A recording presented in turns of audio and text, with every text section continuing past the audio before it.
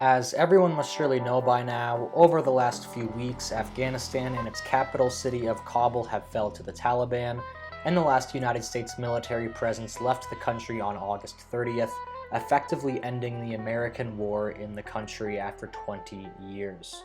The decision to leave the country, as well as the general execution of this, meant heated condemnation from many factions, including the human rights concerned left, much of the right, and the hawkish factions on both sides. To make matters worse, President Biden's communication about this withdrawal came back to bite him, as only a month or so after Joe Biden said this. Do you see any parallels between this withdrawal and what happened in Vietnam, with some people feeling... None whatsoever. Zero. There's going to be no circumstance where you see people being lifted off the roof of an embassy of the United States from Afghanistan. This happened. Breaking news this morning out of Afghanistan. Sources say the U.S. Is now completely pulling out all U.S. personnel from the U.S. Embassy in Kabul. Right now, you're looking at video that appears to show U.S. helicopters flying above Kabul, possibly carrying U.S. personnel. Now, there is some context to this piece of evidence specifically that gets missed a lot. Americans were actually shuttled to and from the U.S. Embassy in Kabul for years. Since the streets of the city were so dangerous, this isn't nearly as condemning of the pullout itself as it is of the long-standing situation in Afghanistan. Nonetheless, the reporter who asked Joe Biden the question raises an interesting point. The American wars in Afghanistan and Vietnam have some striking similarities. In this video, I'm going to break down both conflicts and then see what key similarities and differences these two conflicts have.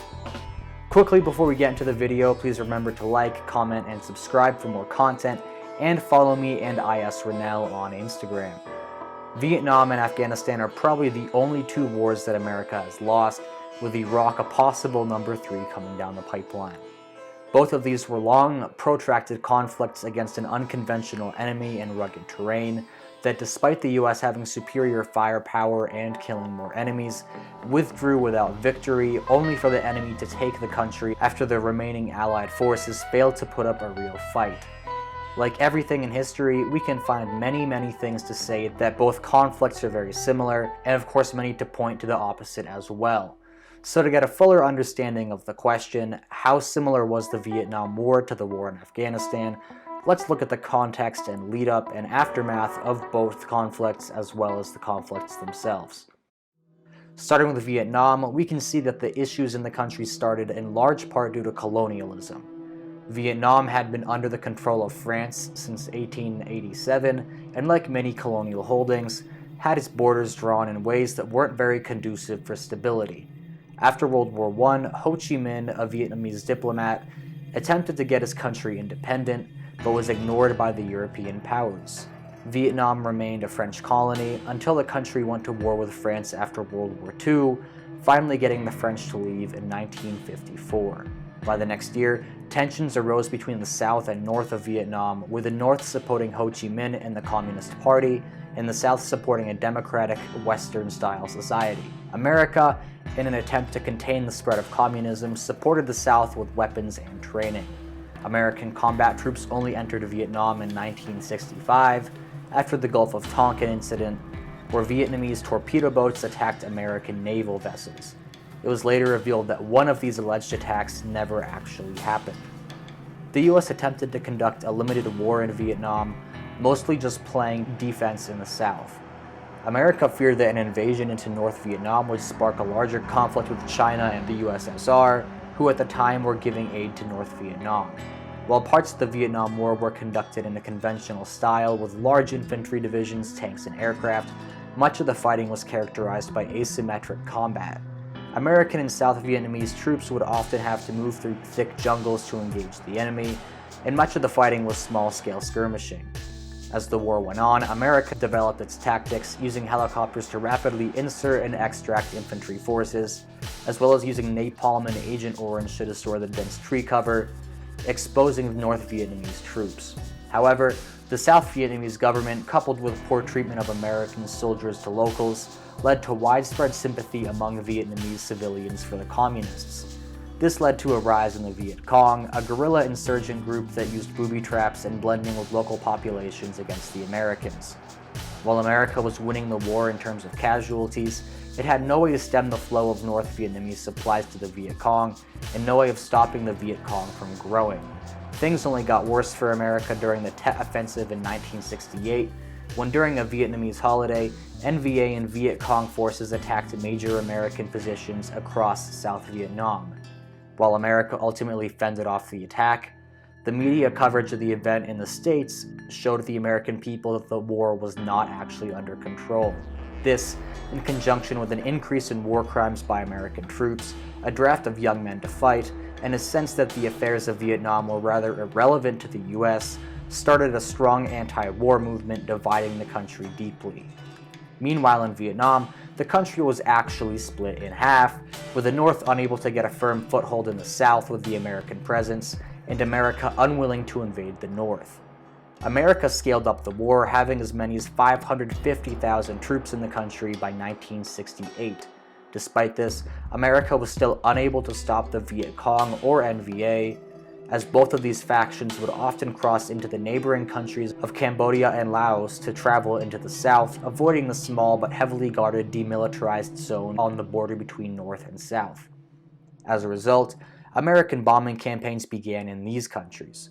Ultimately, this proved ineffective and actually played a role in destabilizing these countries as well. By 1973, the American people had enough of war, and making good on his promise, President Richard Nixon withdrew all troops from Vietnam, hoping that the years of training and billions of dollars of equipment would allow the South Vietnamese army to fend for itself.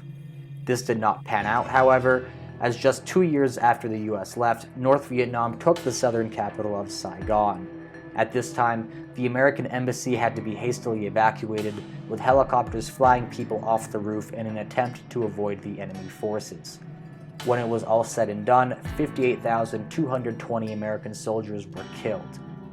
Estimates vary with how many Vietnamese died, with between 200,000 and 1.1 million North Vietnamese and Viet Cong being killed, and between 600,000 and 4 million civilians dying. After the war, Vietnam consolidated into one country, ruled by the Communist Party. Laos and Cambodia would become communist as well. Many people who helped aid America during the war, including the Hmong people in Laos and Vietnam, faced harsh punishment, and around 300,000 of these people were killed or displaced. Another 130,000 Vietnamese who helped America, or just faced oppression under the new leadership, was also hastily evacuated. Throughout the next 20 years, there was a mass exodus of Vietnamese people escaping the country. This exodus, consisting of what were later called boat people, since many escaped via boat, grew to about 800,000 people over the next 20 years, many coming to Australia or the United States. The Vietnam War is still a contentious issue today, with even the question of whether America lost or not being debated. Many people, usually on the political right, claim that the reason for failure in Vietnam was not the fault of the military, but the fault of the politicians who didn't want to risk escalating the war too much. The left tends to point out the human cost caused by American intervention in Vietnam, and that all of those people died for nothing. Ultimately, I think it's safe to say that had America been so inclined, it could have taken over North Vietnam and officially won the war, but the risk of doing that may have been too great. At the end of the day, America left Vietnam without achieving its goals, while the North got what it wanted, so generally the war is considered a defeat, even if you don't blame the military for it. Let's look at Afghanistan now. Like Vietnam, the backstory starts long before the war itself. In 1978, Afghanistan's government was overthrown in a coup d'etat by a communist government. This government was very unpopular, and the next year the communist general secretary, Nur Muhammad Tariqi, was assassinated. Out of fear that the new leader would ally with the United States, the Soviet Union invaded later that year. The Soviets were initially successful, but with the backing of America, the Afghani Mujahideen freedom fighters fought off the Soviets, ending the war in 1989. Afghanistan was left in ruin, and over time radical Islamists made their way into the destabilized country and gained power.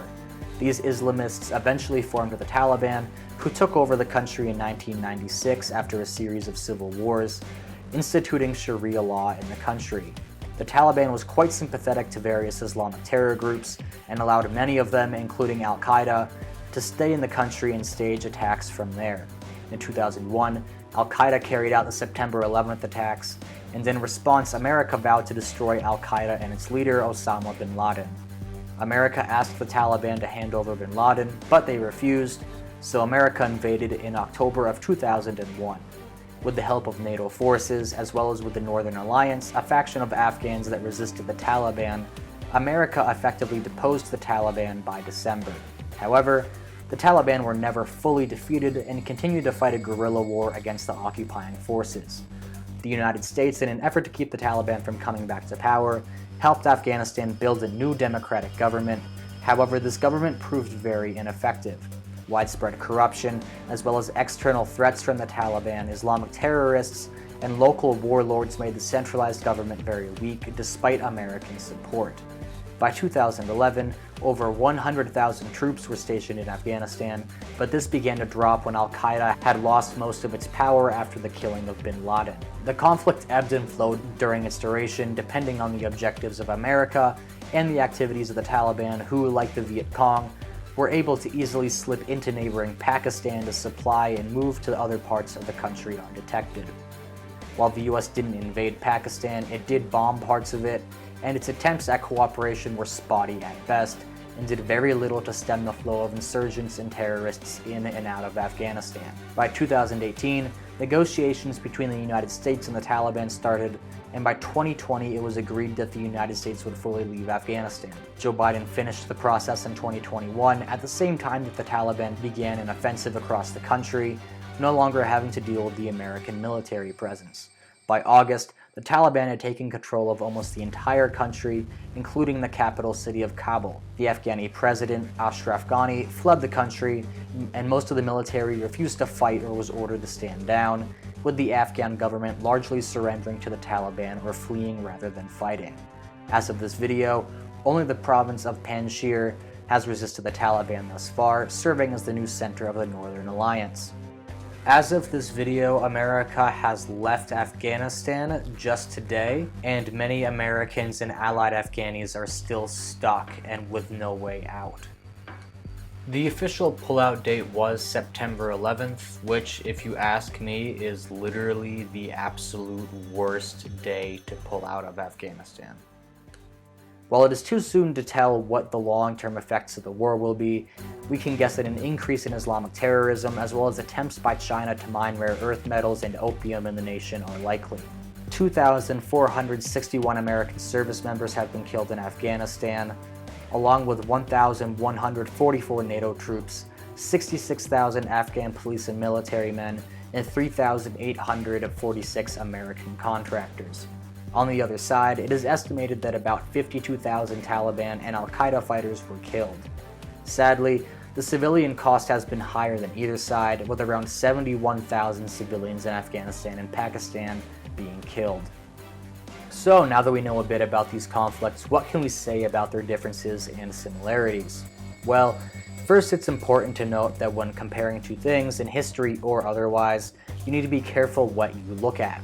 Most people look at the similarities between two things, and if they find those similarities, they tend to say that they are quite similar. However, one must also look at what else can fit into those similarities, and also what is different. If we went around saying two things are the same because of one factor, then most everything would be the same. So to prevent that fallacy, let's start by looking at the major differences between the Vietnam War and Afghanistan. Starting with what started the wars, we can see that the inciting incidents were quite different in nature. The Gulf of Tonkin incident, at least the part that was real, posed a threat to American military assets around Vietnam. In other words, the attack only happened because America was already becoming militarily involved in the region. Vietnam also had the wider threat of communism, which, while an understandable fear at the time, with hindsight we can say that A, the spread of communism in Southeast Asia was largely the result of American interference, and B, the communist regime in Vietnam wasn't particularly friendly to the Chinese, despite their support during the war. By contrast, 9/11 was a direct attack on America itself, and attacks such as these would continue if action was not taken. America actually had a direct threat from Al-Qaeda in Afghanistan, but not so much from the North Vietnamese. In other words, the war in Afghanistan had much better justification than Vietnam. If we switch to the military side of things, we see that Vietnam actually had a conventional army that fought the United States, including infantry, armor, air, and naval forces. The Taliban and Al-Qaeda, by contrast, never really had a conventional army to fight the US, save for some tanks and missile batteries, most of which were destroyed in the first 2 months of the war. Another key difference is the rate of casualties. America had a much larger presence in Afghanistan than Vietnam, but lost much fewer soldiers. Far fewer civilians died in Afghanistan as well, showing that America learned from Vietnam and took more measures to reduce collateral damage. In short, Afghanistan was a far less deadly war for Americans as well as Afghani civilians. If we turn to the similarities, however, we do find a lot, showing that these conflicts may actually be very similar. Both were guerrilla-style wars in rough terrain, both lasted 20 years, and both had the implementation of booby traps and IEDs by America's enemies that hadn't figured into previous wars as much. Both Afghanistan and Vietnam also fall into the category of post-colonial conflict zones. Not only were both countries created with poor borders that don't reflect the cultural differences in the area, they also had both recently ended a war with another invading power. In the case of Vietnam, we see that the South and the North are not that similar, and if the world were to be redrawn today, it would probably be two different countries. Indeed, both countries have long histories of fending off invaders. Vietnam has been at odds with China for millennia due to its constant incursions, making the Vietnamese adept fighters, while the Afghans have had to fight everyone from the English to the Mongols to the Persians to the Indians and the Alexandrians, and pretty much anyone who came into the area. In a similar way, Afghanistan fought off the Soviet Union about 10 years before America invaded. Afghanistan is also a very broad area. Not only is there a patchwork of groups that don't have the same languages or customs, the geography and infrastructure make it so that the capital of Kabul actually has next to no power over the rest of the country. Speaking of geography, both wars in Vietnam and Afghanistan have the confounding issue of neighboring countries. The Viet Cong would move and supply themselves through the Ho Chi Minh Trail, which ran through Laos and Cambodia. Likewise, Taliban and Al-Qaeda fighters would move and resupply through Pakistan. In both cases, America had trouble stemming the flow of combatants and eventually expanded the war into the neighboring countries. Following or contemporary with the American withdrawal in both countries, the remaining Allied forces did quite poorly against their enemies. The scale, of course, is massively different in these instances, but the general trend is the same. South Vietnamese forces fought the North for about 2 years, but most of the northern progress into the South was made in just a couple months, with Saigon falling in 1975. In Afghanistan, even before American forces left, the whole country was essentially in the hands of the Taliban, aided by the incompetence of the Afghan government and military. And ultimately, both conflicts were losses for the United States. With the strategies in place for both conflicts, America was forced to either continually stay in the country or leave, and unfortunately, little could be done to secure either country once troops left. Both wars may have been won with a shift in strategy, such as an invasion of North Vietnam, or a change in Afghanistan's structure to a decentralized confederacy, but those shifts were rather untenable in their given contexts. While neither war had a hard loss necessarily, they also weren't proper wars to begin with. So what can America learn from its failures in both countries? We already see that while Afghanistan was a failure, there were other things that America did better here than in Vietnam. I mentioned reducing civilian casualties earlier, but our better attempt to win hearts and minds of the Afghan people proved to be much more helpful than the American tax towards the Vietnamese. America also did a better job at combating the Taliban's new tactics, with significant developments in armored vehicles and anti-IED technology. On the large scale, however, there's a lot that's left to learn, and here's a short checklist of things. 1. Be careful fighting warrior cultures, especially guerrilla fighters in rough terrain. America has fought various guerrilla wars over the years, such as in the Philippines and American West, but Afghanistan and Vietnam proved to be impossible to conquer. In part, this was because these two countries are home to long-standing warrior cultures that have fought off invaders for centuries and have learned the rough terrain of their homelands better than America could ever know. 2. Adapt to fourth-generation warfare. I talked about this in another video, but fourth generation warfare isn't just guerrilla wars, but the blurring of lines between civilian and combatant. Fighters will attack from civilian areas or pose as civilians themselves, and usually even won't be state actors in order to maintain their ability to sneak attack and also reduce their chances of being counterattacked or killed. While there are many ways of doing this, an increased use of special forces and overhauling of military intelligence would go a long way to navigate this new world of warfare. 3. Understand that if the United States has to invade a country, our allies in that country probably aren't able to support themselves and will likely fall after American presence recedes. As we have seen in both Vietnam and Afghanistan, the Allied forces native to those respective countries were not able to hold their own against their enemy, either before or after American intervention. If America is to help an allied country, drastic steps must be taken to ensure its survival, such as completely destroying the enemy. Otherwise, perpetual occupation is the only option. This leads into point 4, don't expect short wars. As we have seen many times in history, from World War I to Iraq to Vietnam, there is often a perpetuation of the be home by Christmas trope. However, wars, especially wars against insurgents, are almost never short. We saw that Vietnam and Afghanistan were each 20 years long, and wars like Iraq and Libya show that shortcomings of attempts to leave too quickly. Even in conventional wars, there is a longer-term occupation. For example, many of America's military bases are in Japan and Germany, and American troops had a presence there for years after the conflict was officially over. And number 5, think outside the box if the strategy isn't working. While many times a conventional strategy takes years to execute, there are other times where the strategy just won't work, or the time and resources to execute it just isn't worth it. In those instances, new strategies need to be on the table. A gradual contained conflict in Vietnam didn't work, but the strategy only changed the number of troops rather than shifting the general war strategy.